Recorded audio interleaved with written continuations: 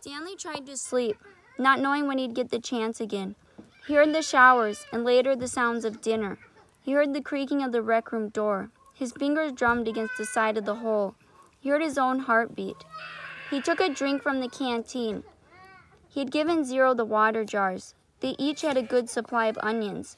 He wasn't sure how long he remained in the hole, maybe 5 hours. He was surprised when he heard Zero whispering for him to wake up. He didn't think he'd fallen asleep. If he had, he thought it must have just been for the last 5 minutes, although when he opened his eyes, he was surprised how dark it was. There was only one light on at camp, in the office. The sky was cloudy, so there was very little starlight. Stanley could see a sliver of a moon, which appeared and disappeared among the clouds. He carefully led Zero to the hole, which was hard to find in the darkness. He stumbled over a small pile of dirt. "I think this is it," he whispered. "You think?" Zero asked. "It's it," said Stanley, sounding more certain than he really was. He climbed down. Zero handed him the shovel.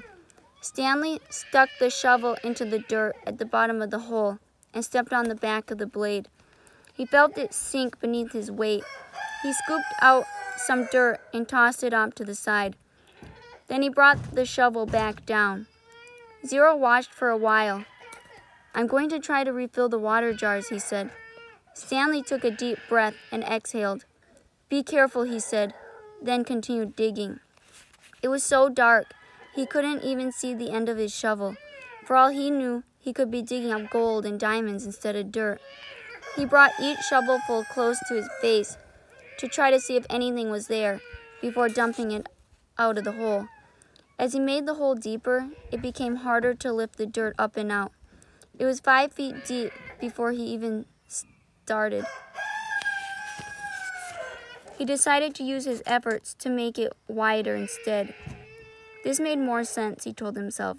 If Kate Barlow had buried a treasure chest, she probably wouldn't have been able to dig much deeper. So why should he? Of course, Kate Barlow probably had a whole gang of thieves helping her. "You want some breakfast?"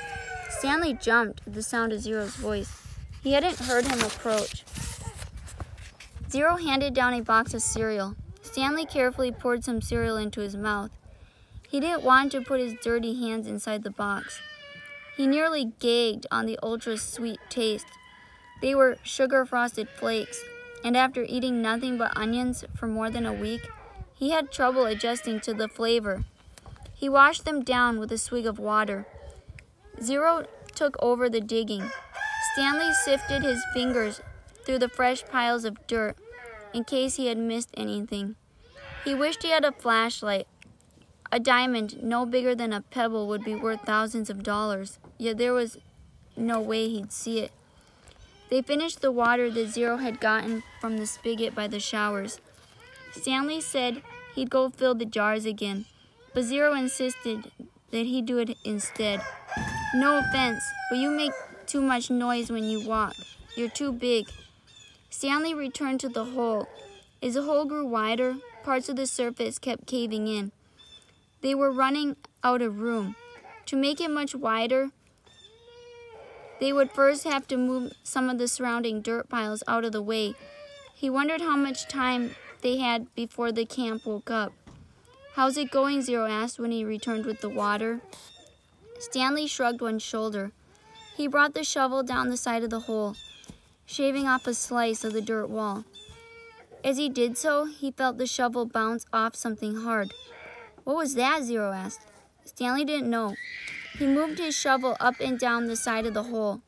As the dirt chipped and flaked away, the hard object became more pronounced.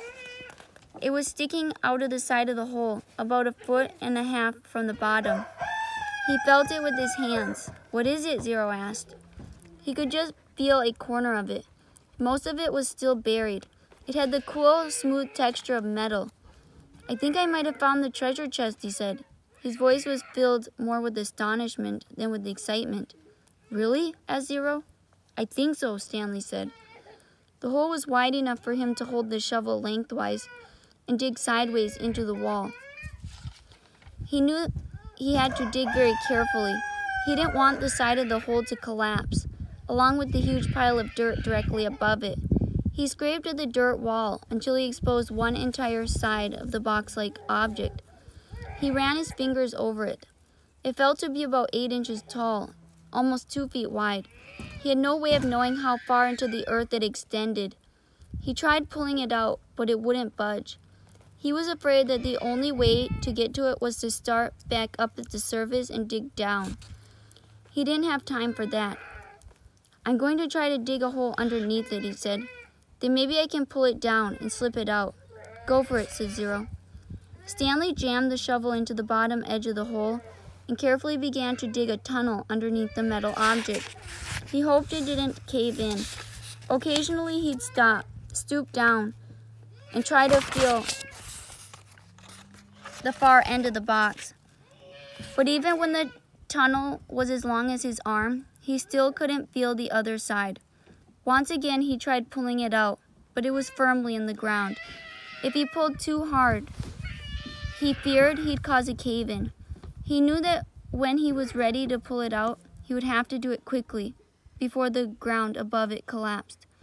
As his tunnel grew deeper and wider and more precarious, Stanley was able to feel latches on one end of the box, and then a leather handle. It wasn't really a box. "I think it might be some kind of metal suitcase," he told Zero. "Can you pry it loose with the shovel?" Zero suggested. "I'm afraid the side of the hole will collapse." "You might as well give it a try," said Zero. Stanley took a sip of water. "Might as well," he said. He forced the tip of the shovel between the dirt and the top of the metal case and tried to wedge it free. He wished he could see what he was doing. He worked the end of the shovel back and forth, up and down, until he felt the suitcase fall free. Then he felt the dirt come piling down on top of it. But it wasn't a huge cave-in. As he knelt down in the hole, he could tell that only a small portion of the earth had collapsed. He dug with his hands until he found the leather handle.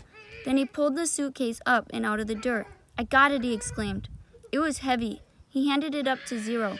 "You did it," Zero said, taking it from him. "We did it," said Stanley. He gathered his remaining strength and tried to pull himself up out of the hole. Suddenly, a bright light was shining in his face. "Thank you," said the warden. "You boys have been a big help."